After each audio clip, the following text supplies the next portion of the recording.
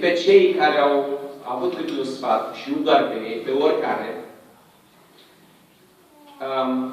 să semneze. Nu doar să semneze. Să fiți aproape, să punem mâinile peste ei. Păi am văzut că și la mormântare la 8 au dus și pun mâna unul pe altul. Pun mâna unul pe altul. Asta. Bun. Bun. Bun. Este un concept. Deci dacă toți suntem preoți în Iisus Hristos, o preoție aleasă, deci cei care, în special cei care ați avut curajul, cei 12 și alții, toți care doriți împreună cu familia, cu bunica, cu...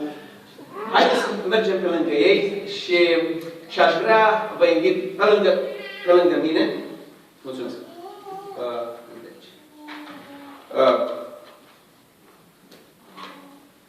Voi încheia acest lanț. Aș vrea să găsesc o bunică care ar dori să roage scurt. O bunică de aici din adunare. Scurt. O bunică. Mulțumesc frumos. Aș vrea un tată. Tot scurt. Scurt înseamnă 20 de secunde, 30 de secunde. Nu, dar relația cu Dumnezeu. Gândiți-vă la Domnul Hristos. Cele mai mari minuni pe care le-a făcut când l-a înviat pe Lazar. Cam cât s-a rugat Domnul Hristos? Cam câte minute? Cam câte ore?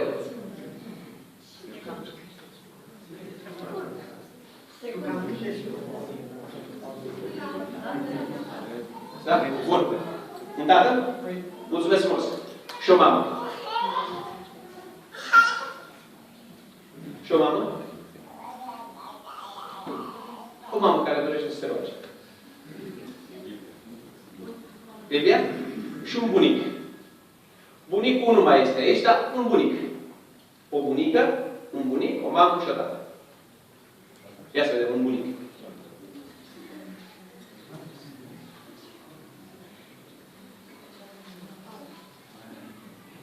Fetița mea de la Mislea, care am avut pe stradă și care i-am semnat certificatul de naștere, este căsătorită, are 4 copii, ne-a adus să-i vedem și sunt bunic. Așa că, un bunic. Haideți aici. Mergem jos aici. Pe cei care doresc familia, prietenii, pe cei 12, haideți aproape de ei. Haideți să ne rugăm pentru ei. Așa.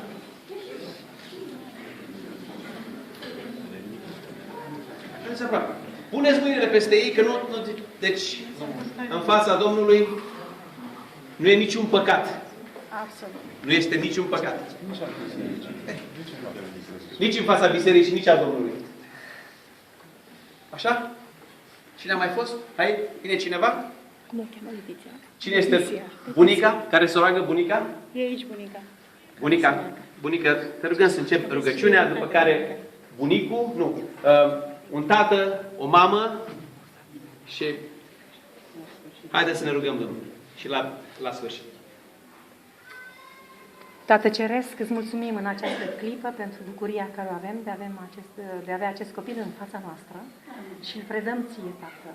În numele Domnului Hristos vrem ca Tu să iei viața ei în mâinile Tale. Letiția să fie acoperită cu puterea Duhului Sfânt, pentru ca viața ei să fie o bucurie în fața părinților și a cerului întreg.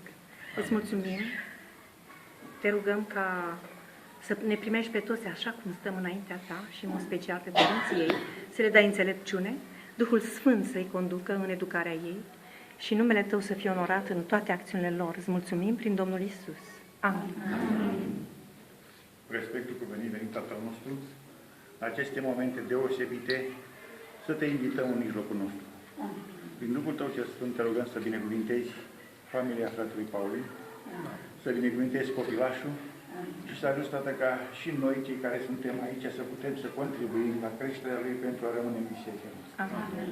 Te rugăm să binecuvintezi bunica, să binecuvintezi neamurile, toată familia lor și să ajuți, Tată, ca împreună cu toții să ne pregătim pentru ceruri. Încă o dată te rugăm să lași și binecuvântări materiale și binecuvântări spirituale în familia lor, să binecuvântezi și soția fratelui Paulin și ajută-ne ca împreună cu copilul să poată să-ți aducă slavă prin Domnul Iisus. Amin. Amin. Îți mulțumim, Doamne din cer, pentru că asculți rugăciunile noastre și pentru că vei lăsa binecuvântarea Ta în casa Andrei și al lui Paulin și al lui Cristiei. Îți mulțumim că ne iubești pe toți la fel și îți mulțumim că îi vei ajuta să se pregătească împreună pentru împărăția Ta. Amin. Să fii lăudat și mărit pentru toate și pentru că ne asculți. Amin. Amin. Suntem, Doamne, inspirați de relatarea Scripturii, în care cel puțin o altă persoană, pe lângă Domnul Hristos, ni se raportează că creștea în înțelepciune, în statură și erau tot mai plăcuți înaintea lui Dumnezeu și înaintea oamenilor. Dorim acest lucru pentru fetița care crește, Amin. care este bucuria părinților și ajută-ne să folosim resursele relației cu Tine pentru a putea duce la îndeplinire acest mandat. Amin. Fii cu ei, fii cu cei de lângă ei, fii cu biserica din locul acesta Amin. și fă-ne martori ai Tăi, prin care vei răspândi Evanghelia la orice făptură, fiindcă continuăm să credem că vei veni curând. Te rugăm în numele Domnului Hristos. Amin. Amin. Haideți să semnați.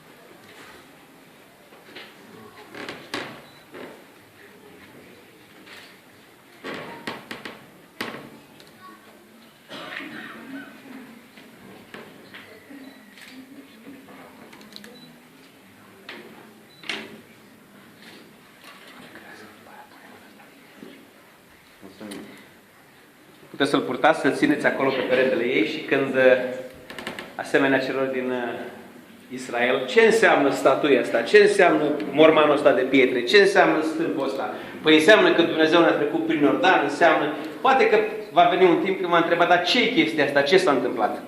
Veți avea ocazia să-i povestiți. E o mărturie. E o mărturie publică. Bun, mai avem o